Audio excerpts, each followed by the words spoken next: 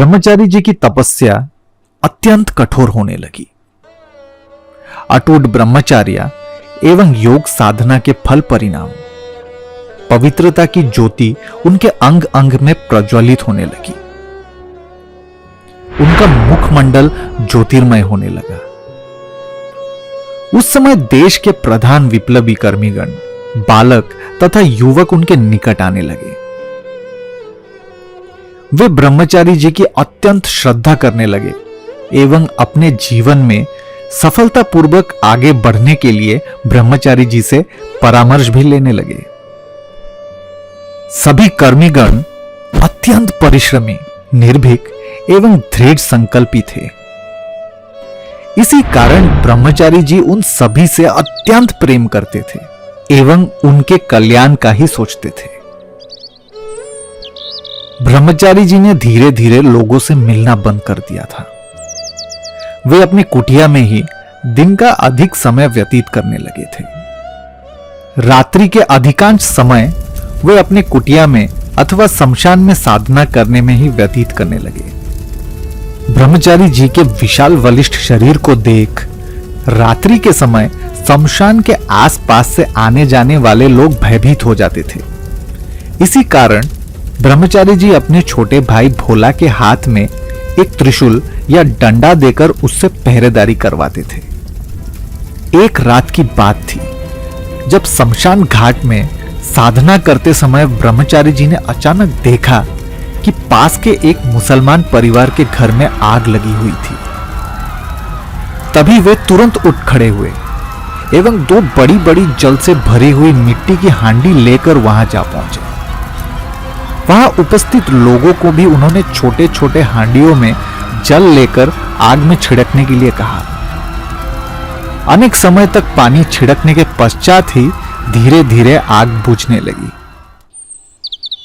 अपने साधन जीवन की गुप्त बातें ब्रह्मचारी जी किसी से भी ना करते थे।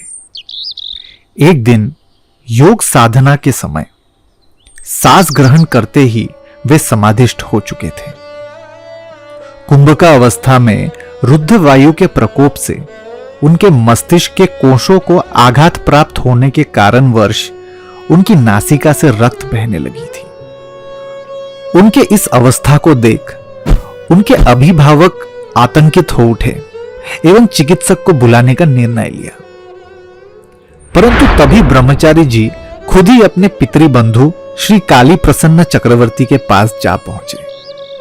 ब्रह्मचारी जी ने उनसे कहा कि उनके उस अवस्था का कारण कोई रोग नहीं बल्कि उनके योग प्रक्रिया में की गई त्रुटि का फल था।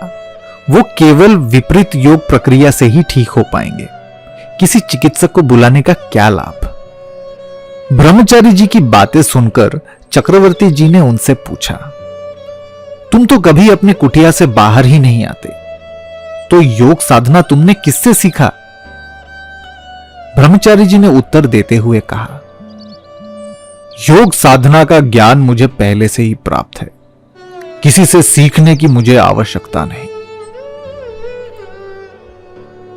उनकी बातें सुनकर चक्रवर्ती जी आश्चर्यचकित रह गए।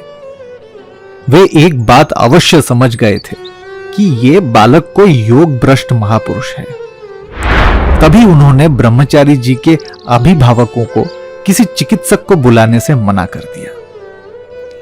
ब्रह्मचारी जी का यही सिद्धांत था कि संकल्प रक्षा ही सत्य की साधना है।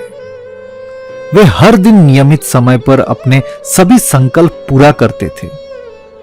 कितना भोजन ग्रहण करना है, कितने समय का विश्राम लेना है, कितने समय तक मौन रखना है, किसी प्रकार का स्वादिष्ट भोजन का ग्रहण ना करना एवं अल्प वस्त्र का उपयोग करना इत्यादि छोटे छोटे संकल्प से शुरुआत कर ही वे अत्यंत कम समय में सिद्ध संकल्पी हो उठे।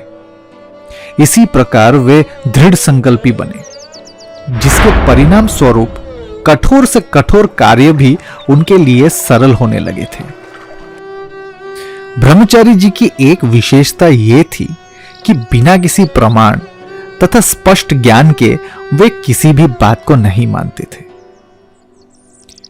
ब्रह्मचारी जी के घर से कुछ ही दूर स्थित कबीराज हरबिलास दास के घर दुर्गा पूजा का आयोजन किया जाता था। रात को जब लोगों की भीड़ कम हो जाती थी, तब ब्रह्मचारी जी दुर्गा मां के प्रतिमा का दर्शन करने वहां जाते थे। दर्शन करते समय एक रात उनके मन में यह प्रश्न जागी कि क्या सच में मिट्टी की इस प्रतिमा की पूजा अर्चना करने से प्रतिमा में जगत जननी दुर्गा मां का आविर्भाव होता है? अगर यह सत्य है तो मुझे इसी प्रतिमा में अपने दर्शन दो मां। अगर आज आपके दर्शन ना हुए तो मैं यही मानूंगा कि आप असत्य है एवं इसी मिट्टी से बनी प्रतिमा को तोड़कर इसका नाश कर दूंगा।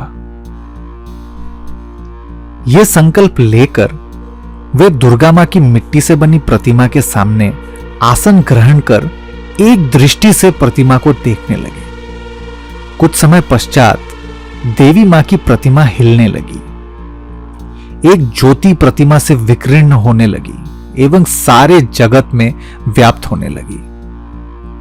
धीरे धीरे देवी मां की प्रतिमा से निकली हुई ज्योति ब्रह्मचारी जी के शरीर में प्रवेश करने लगी एवं उन्हीं में लीन हो गई।